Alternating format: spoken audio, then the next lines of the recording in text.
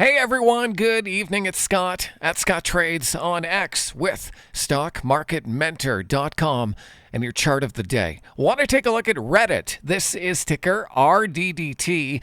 Now, this is a stock that one of our members in our active trading room posted about, and I saw the chart and thought, oh my goodness, this looks like a bit of a cup and handle pattern. Now, it is a low cup because we are still under the all-time high up above 200, but I definitely see a cup pattern here and a recent handle that it's just building right now. We have a clear downward sloping trend line.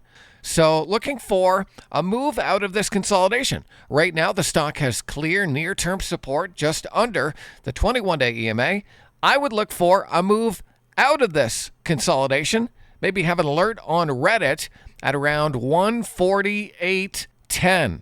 148.10 on Reddit. That would get us up and above the 8-day exponential period moving average. And you can have a stop just under today's intraday low at around 138. So there's your trade on Reddit. Now, keep in mind, they do have earnings coming up at the end of the month, but maybe you get a little run into the report. So that's just one of many things we're looking at tonight at StockMarketMentor.com. I hope it's helpful. I'll see you next time.